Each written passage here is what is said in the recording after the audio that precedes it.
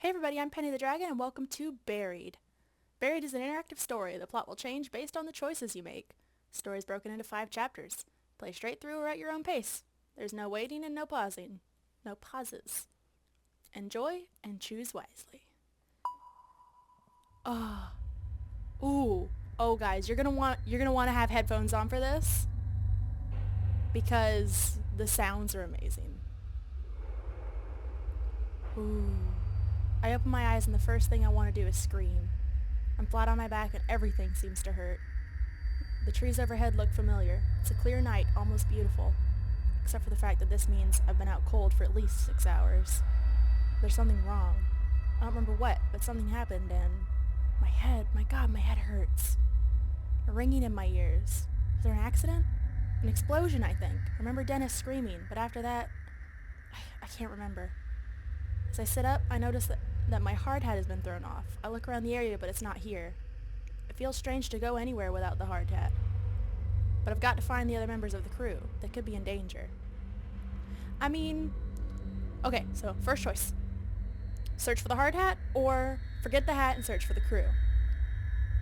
So normally, if I was thinking that machinery would be operating, I would think it would be a good idea to search for the hard hat. But since there was an explosion, and I don't know where anybody is, forget the hat. Screw it. I don't think any machinery is going to be running right now. I don't think I'm going to need the hat. So search for the crew. I decide my hat can wait until I figure out what's going on. I get up and take a look around the logging site. I smell something burning. I don't hear any engines running. Wait, something isn't right. Was it the bulldozer? Maybe the damn thing overheated for the last time. Maybe the engine finally blew. What a mess. Well, maybe I'm jumping to conclusions. Only one way to find out, I guess. I walk over to the center of the logging site and don't like what I see. Ooh. Oh. There's gonna be guts everywhere. Ooh. Yikes. That's not good. Yikes. The logging site looks like a bomb was detonated right in the center. I don't know where to start. The one that we had managed to stack on a truck for the day was overturned. The trailer bent and the logs hanging off the back. Where the hell is everyone? Night is killing me and this ringing in my ears. I can't hear anything. Not birds, not my footsteps, nothing. Makes me wonder if I hit my head after my hard hat flew off. I run through a quick mental checklist to make sure my brain is still working. My name is Roger Hastings. I'm 41 years old. The year is 2017. I own a small logging company and we've been logging in this strip of Kentucky woodland for almost a month now. Okay, so my brain works. That's a relief. But it also makes me fearful because something is certainly not right here. I look around the logging site, my mind trying to figure out what's happened. Just about every piece of equipment has been overturned or tilted. I can look at the debris or look at the truck. Okay. Just about every piece of equipment has been overturned or tilted. Let's look at the truck because somebody might have been in it. The truck, the hitch is completely broken, like it was blown off in an explosion or a really bad accident. Had there been an explosion, all the fuel on site would have started to fire. But there's no charring, no burning, nothing. I walk through the area where Dennis has been working. From the look of it, he'd been moving slowly. He'd only taken down 4 trees today.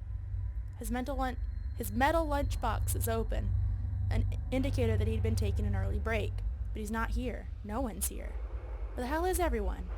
I could try to make a call on my cell phone, but its battery is already running really low. Not that it matters, the reception is crap out here. Well, if your battery's low and reception is out, calling someone's not going to do anything. Just yell. Hey guys! Where is everyone? Tony! Dennis! Frank! Joe! Guys! Where are you? Come on, this isn't funny anymore! But their names fall flat among the wreckage. I get nothing back other than scaring a few birds overhead. Might as well start walking and try to find some answers. The highway's almost a mile back through the woods, down the gravel road we used to reach the site. Maybe the crew ran back that way for help. But why would they have left me? Were they scared, out of sorts? Maybe I can catch up to them. But with my truck turned over on its side, it looks like I'll be walking. My God, I can't remember what I was doing before waking up on my back. Wait, what's that underneath the bulldozer? Oh my God, it's a leg. It has to be either Tony or Dennis. The dozer looks unstable, like it might roll some more. Might not be safe to get close, but at the same time, I can't just leave him there. No, you can't leave him there. No, go look. Hey, y'all, are you okay? You alive? Skip over the stray logs and wrecked equipment to get closer. Seeing the dozer teeter makes me think I should have grabbed my hat. I can see a bit more of the leg. If the dozer falls on top of you, dude, the hat is not gonna help. I can see a bit more of the leg. The jeans are soaked in blood. I recognize the work boots. It's clearly Tony. His leg is bent at an impossible angle, nearly crushed flat. The closer I get, the more apparent it becomes that Tony didn't survive. Well, if it's obvious that he's dead, pulling him out's not going to do anything, and it's going to put me in a lot of danger. And there's other guys I got to find. So I guess I just leave the body. There's nothing I can do for him now. I start to back away slowly. In my shock, I stumble back, suddenly tripping over one of the stray logs. I bang my head hard on one of the logs as I fall. Dude, seriously, be careful! Instantly, I feel a massive bump forming on the back of my head. Why didn't I grab my hard hat? What hurts more is the realization that Tony is dead. Looking at him, I feel something rising up in my throat, and I don't know if it's a scream or vomit. But I had to push it away. If I lose my cool right now, there's too many questions that will go unanswered. Like, why did an entire crew just disappear, including myself if I die? I can't believe this. Tony, he had 2 boys. He coached his oldest son's baseball team. Not basketball, those are 2 different things. He's the hardest worker I had and was one of the most honest and reliable men I knew. This isn't right. I can't stay here. I have to find Dennis, Frank, and Joe. I had to find out what happened here.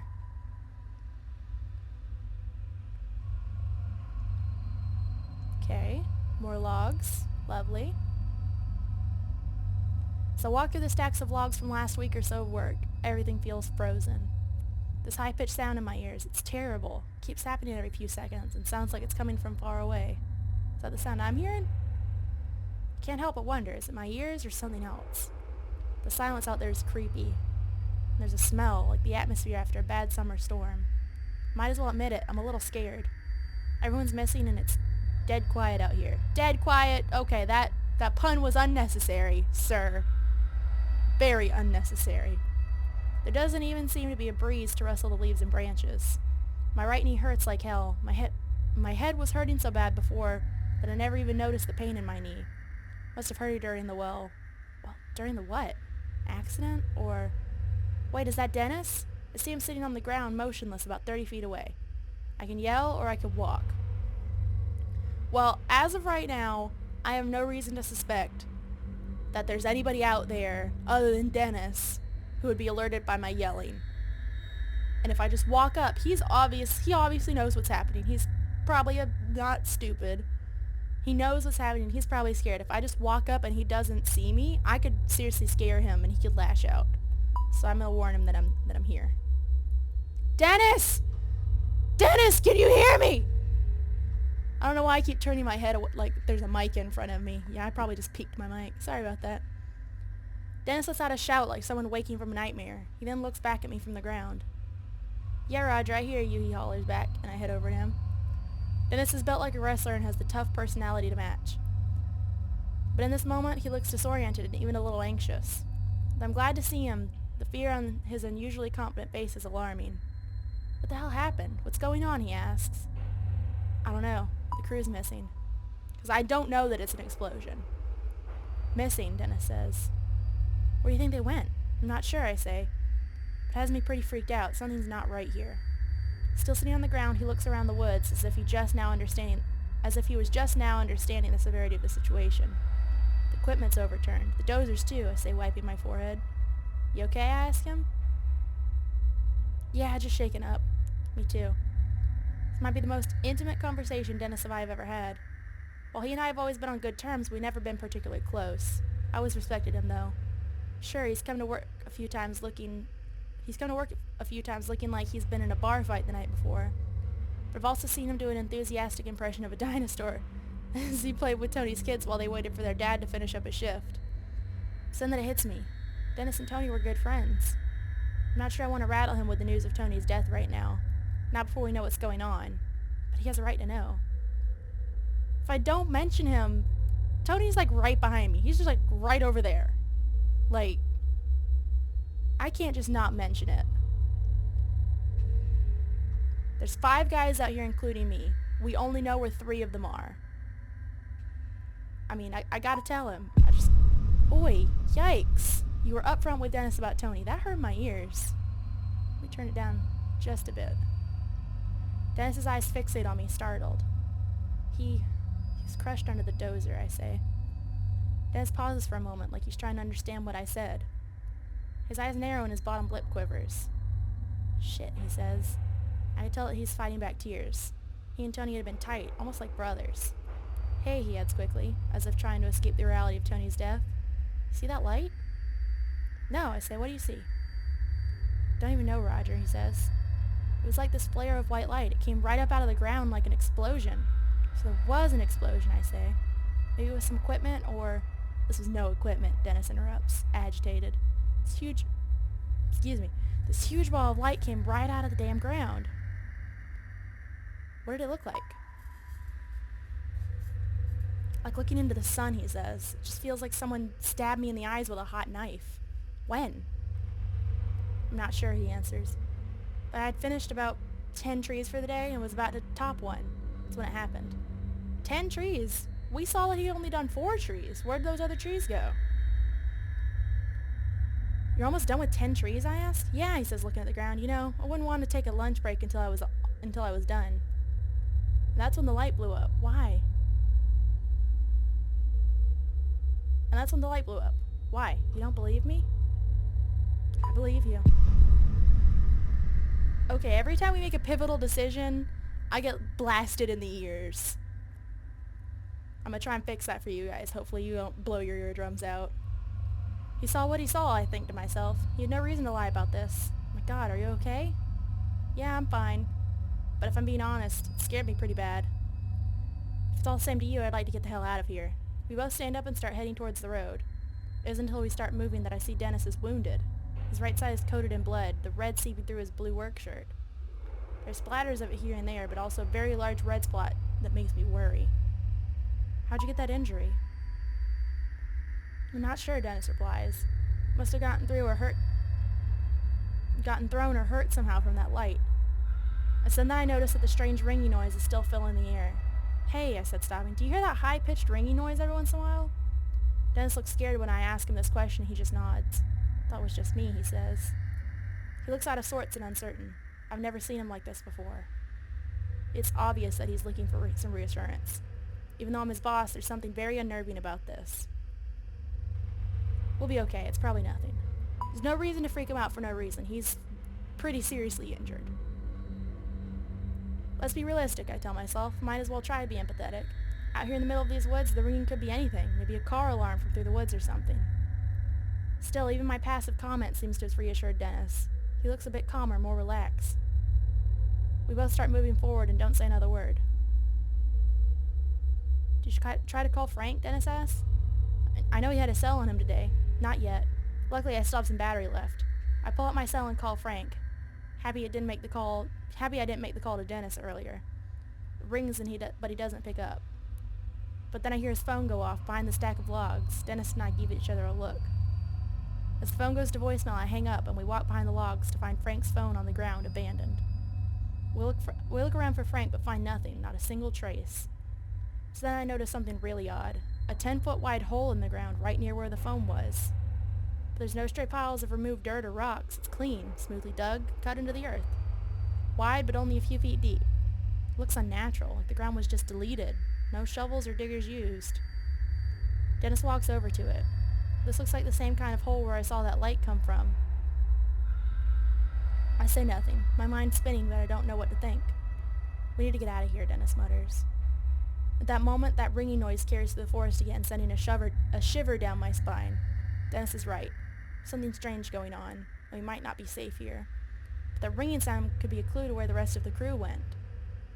I mean, we have no reason to believe that they're alive. We already know Tony's dead. That just leaves Frank and Joe. Frank's phone is here, but there's no sign of him. And we have not heard or seen anything of Joe.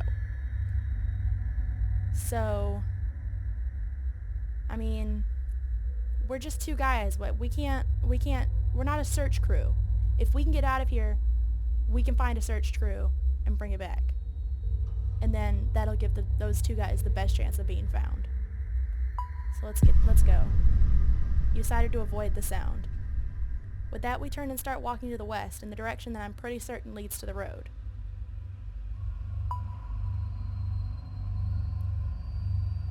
Man, this is intense.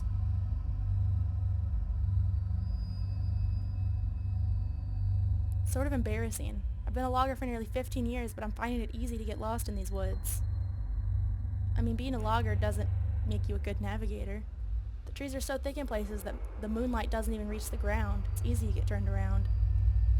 My only hope is that I can find the overgrown dirt road that will lead us back to the highway.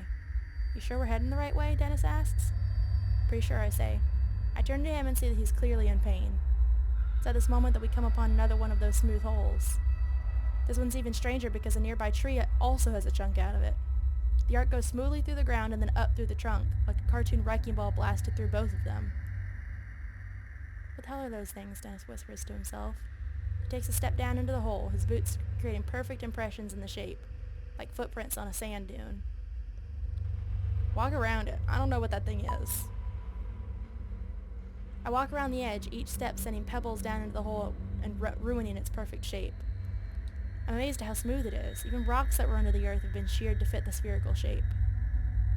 But as I'm noticing this, I notice Dennis's feet start to sag. Dennis, get out! I start, but I don't finish. Before he can react, the ground is giving way and he's falling. I try to step back, but the fissure that opens up disintegrates the ground beneath my feet as well. Crowd in surprise and can barely hear Dennis letting out a curse as we go down into the earth. Yikes. Well, we just opened up a sinkhole. Great. Wonderful. The fall isn't a long one, but when I hit something a few seconds later, it hurts like hell. The wind goes rushing out of me when I hit, and a sharp pain flies through me. What the hell, I say once my breath is back. Besides me, Dennis is slowly rolling over to get to his feet. I look up and see the hole in the ground where we fell through. It looks to be about 10 feet over our heads. It's completely dark. There's a small flicker of light further into the cave ahead of us, and a solid wall of rock behind us. Looks like the only ways out are further down the cave or up through the way we fell in. Dennis might be able to boost me up there, but with his injury I'm not sure how stable he is. He might drop me.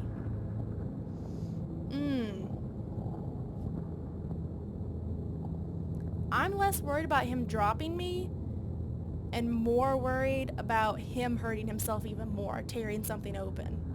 That would not be good. So I guess head into the cave. Because even if I get out, he'll be stuck down here. And there's no telling how long it's going to take me to get a search party back.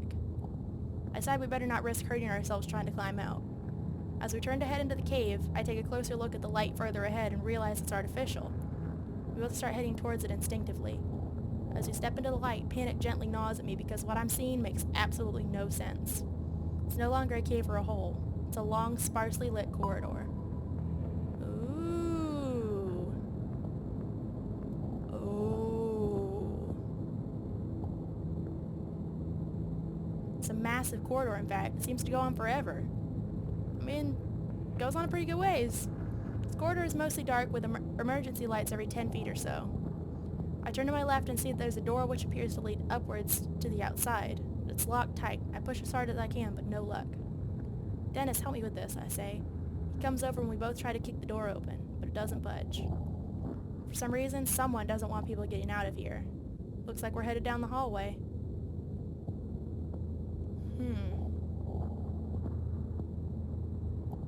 We just stumbled upon a hidden underground corridor by falling into a sinkhole.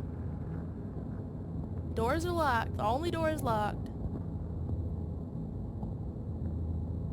So I don't think we should be making a lot of noise. I feel like a ghost, like I truly have no business being here. Dennis leans on me for support. We move slowly, our feet not making a sound. If anyone's in here, I want to make sure they don't hear us. We tiptoe forward as softly as we can. As I carry Dennis to the far end of this otherwise featureless place, I see a flight of concrete stairs leading down. That's not the direction we want to go. I have to set Dennis down on the floor. His weight is killing me. Dennis, are you okay? Stop worrying, man, he says. I'll be okay. Just need a minute to rest. But looking at him, I'm not so sure. I can still hear the ringing noise every so often, coming from somewhere in here. Well, we did a great job avoiding the noise, didn't we? I look ahead at the concrete stairs, pointing towards them so that Dennis sees them. Can you make it down those stairs, I ask? He stands up slowly and is visibly making an effort to not fall back down. Yeah, he says, and sounds a little irritated. He starts for the stairs without me, and I have no choice but to follow. We approach the stairs, and by just looking at them, I get the sense that we're crossing some sort of line here. There may very well be no going back. Wow.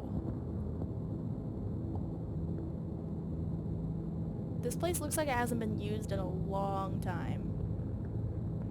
As I head down the stairs, I notice that they look aged. The damn ringing noise is somewhere below, louder than ever. I feel like I'm walking down into a cellar of a haunted house, the light becoming scarce as the stairs take a slight turn. I can feel the temperature drop. Dennis makes it a few steps down before he's leaning on the wall. He's breathing like he just finished a marathon. I mean, I don't want to go down at all. I'd rather go back and boost back out of the rocks. Down is not the direction we want to go.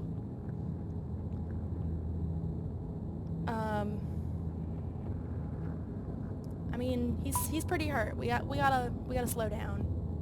I'm in no hurry to go farther into this place. Let's take a break, I say, putting my hand towards his shoulder to help steady him. Dennis lets out a sigh. Thanks. I don't feel too great, boss. As we both squat down on a stair, my mind seems to lock in on the unknown fate of the rest of my crew. Frank is married and I've met his wife a few times. Nice woman with a huge laugh. My heart sags a bit when I realize I might never again get to hear him belting out classic rock tunes during lunch break. Joe, well, I didn't know too much about him. He's 22 years old and is considering community college. His folks are deadbeats, so he's been providing for himself since the age of 16 or so. Maybe I can still find them, still get to hear Frank singing in his deep baritone voice after a few too many drinks. After a few moments, Dennis says, "Alright, let's keep going." We both stand up, leaning on each other. I have to make Dennis stay behind me as I stick my foot out in search of the next step. I can't help feeling like a child as a very powerful fear seizes me. I'm expecting a monster to reach out of the darkness, slicing into my throat. After what feels like forever, we come to the bottom of the stairs. We're closer to that ringing noise now. The door sits securely on a wall and looks just as out of place down here as I feel. A sliver of light seeps through, illuminating the area. The door is what looks like a panel with lots of labels and lights. Small embossed print above the panel says, Level 1 entrance gate, transport sector, and there's a button with no label. I don't want to be pushing buttons, I don't know what they do. Inspect the panel. The panel looks like a diagnostic or alert system of some kind, each label meant to communicate some status. Lockdown engage, experiment in progress, shutdown engage. Those all appear to be off. One of the phrases is a slowly blinking red light next to it, the only powered light on this whole thing. Abnormal entity breach. What the hell? I slowly push the door open when Dennis suddenly steps in front of me, taking the lead. Let's go, he says. I want to find out what the hell this place is. As Dennis walks through, that ringing or beeping or whatever it is gets a little louder. The door closes behind us with a click. I can't help but notice the wobble in Dennis's step as he lets out a grunt. Sure you're healthy enough to keep going, I ask? It doesn't matter. I don't want to be in these woods right now. He seems scared, something I've never seen before. Angry, yes. Upset, yes. But Dennis is never scared. What did you see? I don't know what it was, boss. It was like someone had left a radio on, crackling. But we don't have any radios at the site. It was, I don't know, like something in the forest was moving. Gave him a doubtful look as he cast his eyes to the ground, frustrated. I know how it sounds, he says, but I know what I felt. It was like walking into a funeral parlor, feeling death and gloom everywhere. I've been so preoccupied with my own fear that I nearly forgot about the ringing noise. It became just a background noise. We take a few more steps and I can see now where we are. It makes no sense, yet another thing that simply seems out of place. The shapes and muted colors of metal are easy to identify, but it just doesn't belong here. End of chapter 1. Wow. Okay. So I've seen I believe it was Mark play this, and he made a lot of different choices than I did, and he ended up in basically the same place. So I don't think there's any different um, outcomes. Respect the dead. You and 36% of players left Tony's body where you found it. Really? That many people just went to look at Tony's body? Huh. You and 76% of players were upfront with Dennis about Tony's death. You and 55% told Dennis you believed his story. You and 25% of players ran away from the ringing sound. Huh. So I'm making some minority decisions here. Also, a couple I went along with the majority decisions. Well, that's interesting. Alright, well, I'm going to leave this episode here. If you guys liked it, make sure that like button and comment down below. Let me know if you want to see more. There's 5 chapters, so probably 5 episodes. I don't know, it seems pretty cool. I like it. It's kind of a horror game, but there's no jump scares or anything. It's just this interactive story. So yeah, like, comment, subscribe, all that good stuff, and I will see you guys in the skies. Bye!